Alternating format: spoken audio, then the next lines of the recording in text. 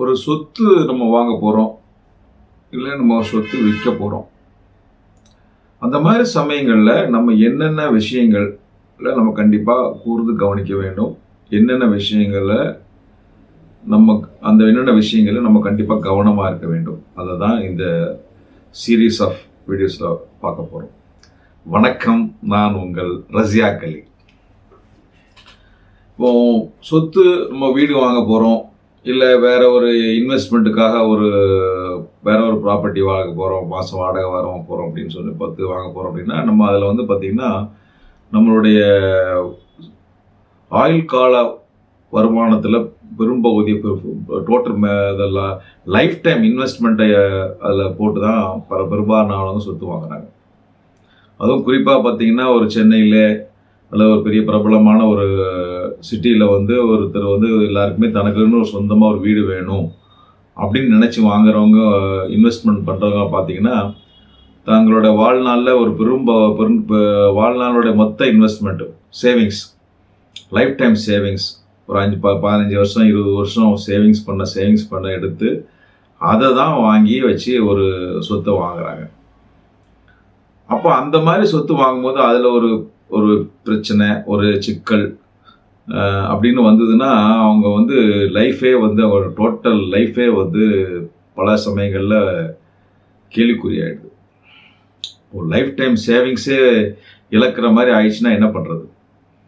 So அதனால் இந்த சொத்து வாங்கும் போதும் சரி, விற்கும் போதும் சரி, என்னென்ன விஷயங்களை முக்கியமாக நம்ம கவனிக்கணும், என்னென்ன விஷயங்களை கூர்ந்து பார்க்கணும், என்னென்ன விஷயங்களில் நம்ம ஏமாறுறதுக்கு வாய்ப்பு இருக்குது, நம்மளை ஏமாத்துறதுக்கு வாய்ப்பு இருக்குது அப்படின்ற இதெல்லாம் கவர் எல்லாத்தையும் மக்களிடம் தெரிந்து கொள்ள வேண்டும் என்ற நோக்கத்தில் இந்த மாதிரி இந்த யூடியூப்பில் இந்த ஒரு சீரீஸ் ஆஃப் வீடியோஸை போடலான் இருக்கேன். இப்போ வந்து பார்த்திங்கன்னா ஏமாத்துக்காரங்க எக்கச்சக்கமாக இருக்காங்க. ஸோ எப்படிலாம் ஏமாத்துறாங்கன்றதை பற்றி நான் ஒரே வீடியோவில் சொல்ல முடியும்னா, அப்போ இந்த வீடியோ வந்து கண்டிப்பாக அது வந்து பெரிய ஒரு லென்த்தி வீடியோ, 2 மணி நேரம் 3 மணி நேரம் வீடியோவாக இருக்கும், யாரும் உட்காந்து கவனிக்க மாட்டீங்க.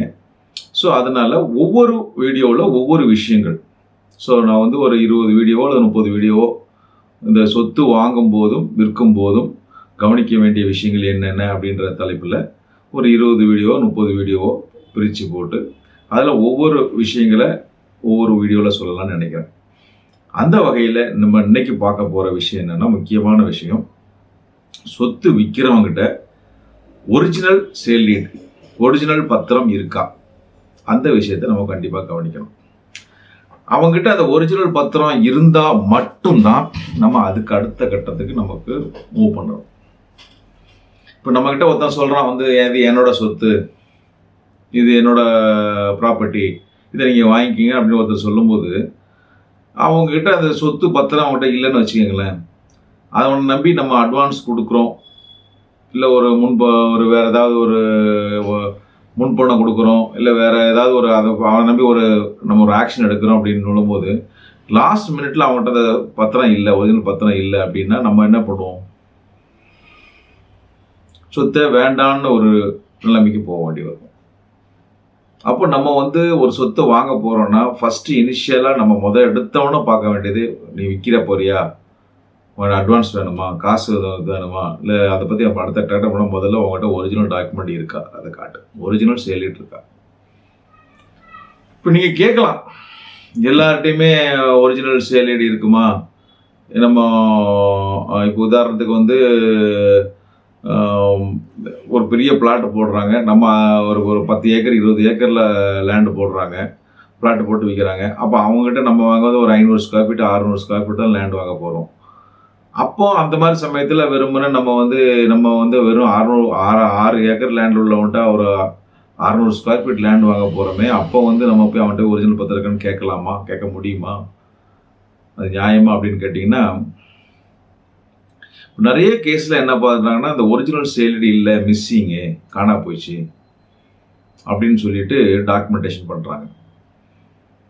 இப்போ அது என்னென்ன மாதிரி ரிஸ்க் இருக்குன்னு பார்த்தீங்கன்னா, இப்போ உதாரணத்துக்கு வந்து சென்னை இது மாதிரி முக்கியமான டவுனில் வந்து பார்த்தீங்கன்னா ஒரு அடமானம் இருக்குது, அதாவது mortgage by deposit of title deeds, அதாவது வந்து ஒரிஜினல் பத்திரத்தை கொடுத்து ஒருத்தர்கிட்ட கடன் வாங்கலாம். அதுக்கு வந்து ரெஜிஸ்டர்டாக அதுக்கு அந்த அப்படி கடன் வாங்கும்போது அதை வந்து மார்க்கேஜ் தான் பண்ணியிருக்கணும், அடமானம் தான் பண்ணியிருக்கணுன்ற அவசியம் கிடையாது.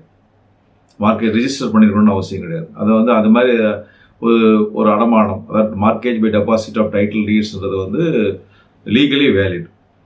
இப்போ நம்ம ஒரு பத்திரத்தில் வந்து ஒரிஜினல் டாக்குமெண்ட் இல்லை, நம்ம மொத்தமாக இடம் வாங்கலையே, நம்ம ஒரு 600 ஸ்கொயர் ஃபீட் தான் வாங்க போகிறோம் 6 ஏக்கரில் அப்படின்னு சொல்லும்போது நமக்கு ரெஜிஸ்ட்ரேஷன் பண்ணி கொடுத்துட்றாரு. நாளைக்கு பின்னாடி ஒருத்தர் வந்து இங்கே பாருங்கள் இந்த ஒரிஜினல் பத்திரம் என்கிட்ட தான் இருக்குது, இந்த ஒரிஜினல் பத்திரத்தை வச்சு என்கிட்ட வந்து ஒரு 600 கோடி ரூபா கடன் வாங்கியிருக்காரு, அதனால் எனக்கு அந்த கடனை நீங்கள் பைசல் பண்ணிட்டு தான் அவர் உங்களுக்கு நிலத்தை வைக்கணும், நீங்கள் வைக்கும் நீங்கள் விற்றா அது செல்லாது, இல்லைனா எனக்குள்ள 600 கோடியில் நீங்கள் அவ்வளோ பேர் தான் சேர்ந்து விற்கணும் கொடுக்கணும் அப்படின்னு சொல்லி கேட்டாங்கன்னா நம்ம அதை கொடுத்து தான் ஆகும், வாங்க போகிறோம். ஒரு சொத்தின் பேரில் அடமானம் இருக்குது அப்படின்றது வந்து அடமானம் ரெஜிஸ்டர் மார்க்கேஜாக இருந்தால் ரெஜிஸ்டர்ட் டீடில் தெரியும். ஒரு சொத்து பத்திரம் இல்லைன்னும் போது அதை வச்சுட்டு பின்னாடி அதை மாதிரி ஒரு ரிஸ்க் வர்றது வாய்ப்புகள் இருக்குது. அப்போ அப்படின்னா இப்போ அது மாதிரி டாக்குமெண்ட் தொலைஞ்சு போன டாக்குமெண்ட்லாம் நீங்கள் வந்து அப்படிலாம் சொத்தெல்லாம் வாங்கவே கூடாதா? இப்போ நிறைய இடங்களில் பார்த்தீங்கன்னா இப்போ டாக்குமெண்ட் ஒரிஜினல் டாக்குமெண்ட் வச்சுருப்பாங்க, அவங்க காணாக்கியிருப்பாங்க, எல்லாம் கிழிஞ்சி போயிருக்கும். உடனே அதுக்கு என்ன அடுத்து ஆல்டர்னேட் என்ன பண்ணுவாங்க, போலீஸ் கம்ப்ளைண்ட் பண்ணி நான் போலீஸில் ஒரு கம்ப்ளைண்ட் பண்ணிட்டேன், இந்த பாருங்கள் எனக்கு காணா போயிடுச்சுன்னு சொல்லிட்டு சர்டிஃபிகேட் வாங்கி வச்சுருக்கேன், இந்த சர்டிஃபிகேட் நீங்கள் பாருங்கள். ஸோ போலீஸ்காரங்களே கமிஷனர் ஆஃப் போலீஸ்லேருந்து நாட் ஃபவுண்ட் அப்படின்னு சர்டிஃபிகேட் கொடுத்துட்டாங்க, அதை பேஸ் பண்ணி ஆட்டோமேட்டிக்காக ஒரு ரிஜிஸ்டர் பண்ணிவிடுவார் அப்படின்னு சொல்லி சொல்கிற டாக்குமெண்ட் பண்ணுறாங்க. இப்போ அதை மாதிரி நம்ம பண்ணலாமான்னு கேட்டால் ஜென்ரலாக அந்த மாதிரி அவங்க போலீஸ்காரங்கிட்ட போய் ஒரு போலீஸ்க்கு டாக்குமெண்ட் காணா போயிடுச்சின்னு கம்ப்ளைண்ட் கொடுத்துட்டாங்கன்ற ஒரு பட்சத்திலோ இல்லை அதை இப்போ கமிஷனர் ஆஃப் போலீஸ்லேருந்து ஒரு சர்டிஃபிகேட் நாட் ஃபவுண்ட்ஸ், இந்த document is missing not found ஒரு சர்டிஃபிகேட் கொடுத்துட்டாங்கன்றதுனாலையோ அந்த சொத்து வந்து அதில் எந்த விதமான பிரச்சனையும் இல்லை, வில்லங்கம் இல்லை அப்படின்னு சொல்ல முடியாது.